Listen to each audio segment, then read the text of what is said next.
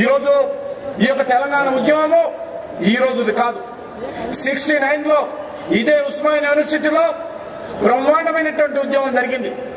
ఆ రోజు ప్రధానమంత్రిగా ఉన్నటువంటి కాంగ్రెస్ పార్టీకి చెందినటువంటి శ్రీమతి ఇందిరాగాంధీ గారు 369 మంది విద్యార్థులను తుపాకులతో కాల్చి చంపడం జరిగింది. ఉద్యమాన్ని అణిచివేయడం జరిగింది. మళ్ళీ ఇప్పుడు జరుగుతున్నటువంటి ఉద్యమంలో సుమారు 1000 మంది తెలంగాణ విద్యార్థులు, తెలంగాణ వాదులు ఆత్మ బలిదానం చేసుకున్నారు. మన ఉస్మానియా యూనివర్సిటీలో ఇదే వేదిక దగ్గర వేణుగోపాల్ రెడ్డి గారి శవము ఇదే కాల్చుకొని ఉస్మానియా యూనివర్సిటీలో కాల్చుకొని చనిపోతే ఇదే వేణుగోపాల్ రెడ్డి గారి శవం ఇక్కడ పెట్టడం జరిగింది. అదే ముందుకెళ్తే యాదయ్య ఇదే ఉస్మానియా యూనివర్సిటీలో అందరి ముందు టీవీల ముందు విద్యార్థుల సమక్షంలో పెట్రోల్ పోసుకొని కాల్చుకున్నటువంటి సంఘటన, ఆత్మ బలిదానం చేసుకున్నటువంటి సంఘటన ఇక్కడ జరిగింది. మన వేదిక ఎదురుగా చెట్టుకు సంతోషమైనటువంటి విద్యార్థి ఏ రకంగా ఉరియేసుకొని చచ్చిపోయినటువంటి చరిత్ర ఈ యొక్క ఉస్మానియా యూనివర్సిటీ చరిత్ర. అందుకే ఈ రోజు అఖిల భారత విద్యార్థి పరిషత్ నాయకులు, కార్యకర్తలు ఈ యొక్క బలిదానాలు చేసుకోకూడదు, ఆత్మహత్యలు చేసుకోకూడదు. ఆత్మహత్యలతో తెలంగాణ రాదు. పరిగేసి ఈ తెలంగాణ పోరాటం ముందుకు తీసుకెళ్తాం తప్ప ఏ ఒక్క బిడ్డ కూడా ఆత్మహత్య చేసుకోకూడదని ఈ రోజు కళాశాలను తిరుగుతూ నాగ జనార్దన్ రెడ్డి గారు భరోసా యాత్ర చేపడితే అఖిల భారత విద్యార్థి పరిషత్ నాయకర్తలు ఈ రోజు రణమేరి మహాపాదయాత్ర చేపట్టి తెలంగాణ విద్యార్థులకు, తెలంగాణ ప్రజలకు ఒక భరోసా, ఒక విశ్వాసము, తెలంగాణ ఖచ్చితంగా తెచ్చుకుందామనేటువంటి విశ్వాసం కల్పించేటువంటి ప్రయత్నం చేయడం జరిగింది. ఈరోజు ఆంధ్రప్రదేశ్లో యాత్రలు జరుగుతున్నాయి. ఒక దిక్కు విద్యార్థి పరిషత్ యాత్ర, ఒక దిక్కు నాగం జనార్దన్ రెడ్డి గారి యాత్ర, మరొక దిక్కు మరి నేనున్నా మీకోసం అనే యాత్ర, ఒక దిక్కు ఇంకొక యాత్ర. ఈరోజు చంద్రబాబు నాయుడు యాత్ర చేస్తున్నాడు. నేను అనుకున్నాను తెలంగాణ కోసం నేనున్నా యాత్ర చేస్తే అందరూ స్వాగతం పలికేవాళ్ళు. ఆయన తెలంగాణ కోసం నేనున్నా కాదు, నాకు ముఖ్యమంత్రి పదవి కావాలా కాబట్టి నేను యాత్ర చేస్తున్నా అన్నాడు. ఆయన ఈరోజు ఏ ఊరికి వెళ్ళినా పొగలించుకుంటున్నాడు, పక్కన కూర్చుంటున్నాడు, ఆడుతున్నాడు, పాడుతున్నాడు, ఉయ్యాల దొగుతున్నాడు, సైకిల్ ఎక్కుతున్నాడు, ఏ పని చేయమంటే అది చేస్తున్నాడు. కానీ తెలంగాణ గురించి మాట్లాడాడు. చిన్నపిల్లలు కనిపిస్తే ముక్కులో చీవుడు కూడా తీస్తున్నాడు.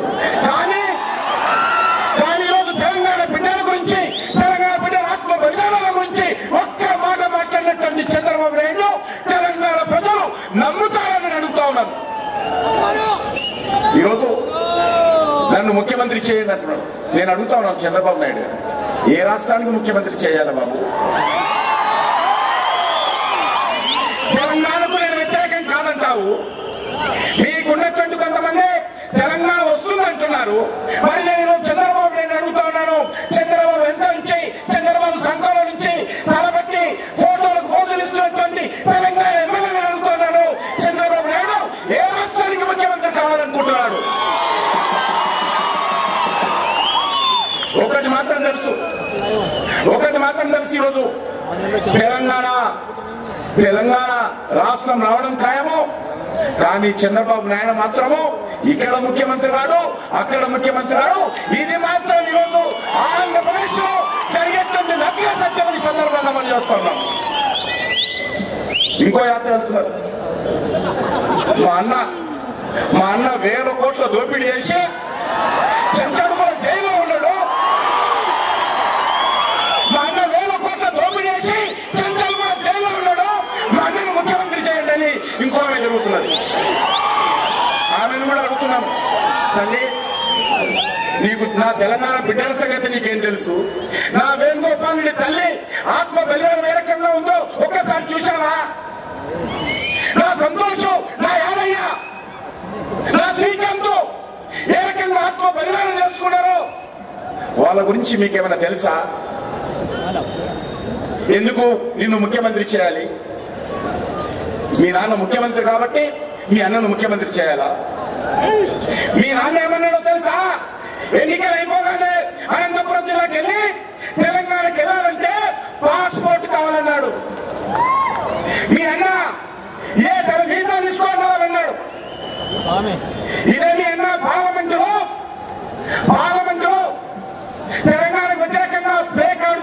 సాధించినటువంటి ఘనత జగన్ గురించి తెలంగాణ ప్రజలు మర్చిపోరు.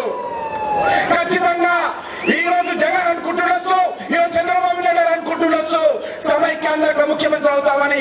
లేకపోతే ఈరోజు ఖచ్చితంగా సమైక్యాంధ్ర ఉండదు. ఖచ్చితంగా ఆంధ్ర తెలంగాణ 2 రాష్ట్రాలు ఖచ్చితంగా సాధించి తీరుతామని సందర్భంగా మనం చేస్తా ఉన్నాం. అదేవిధంగా ఈరోజు మనం చూస్తున్నాం తెలంగాణ ఎందుకు కావాలి?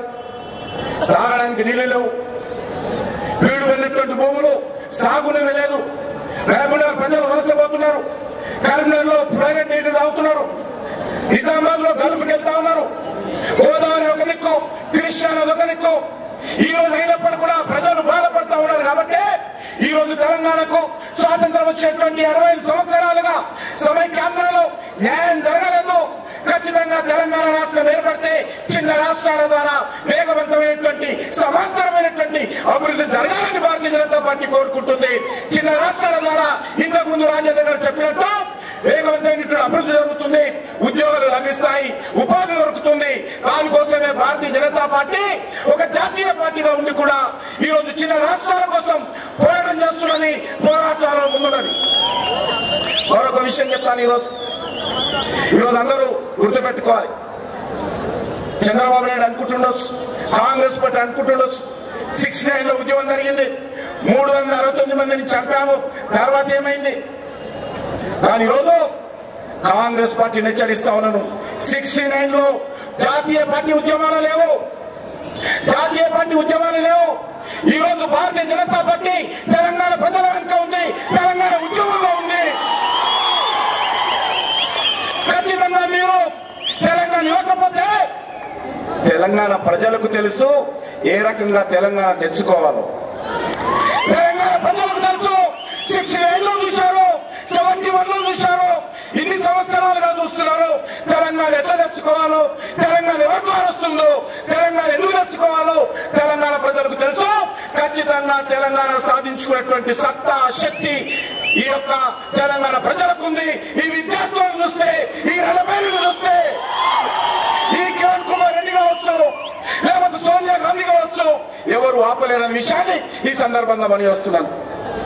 ఈరోజు అఖిలపక్ష సమావేశం ఇంతకుముందే చెప్పారు, సరిగ్గా 3 సంవత్సరాల క్రితం డిసెంబర్ 7వ తేదీ ఇదే సమయంలో రాష్ట్ర సచివాలయంలో ముఖ్యమంత్రి గారు రోషయ్య గారి సమక్షంలో తెలంగాణ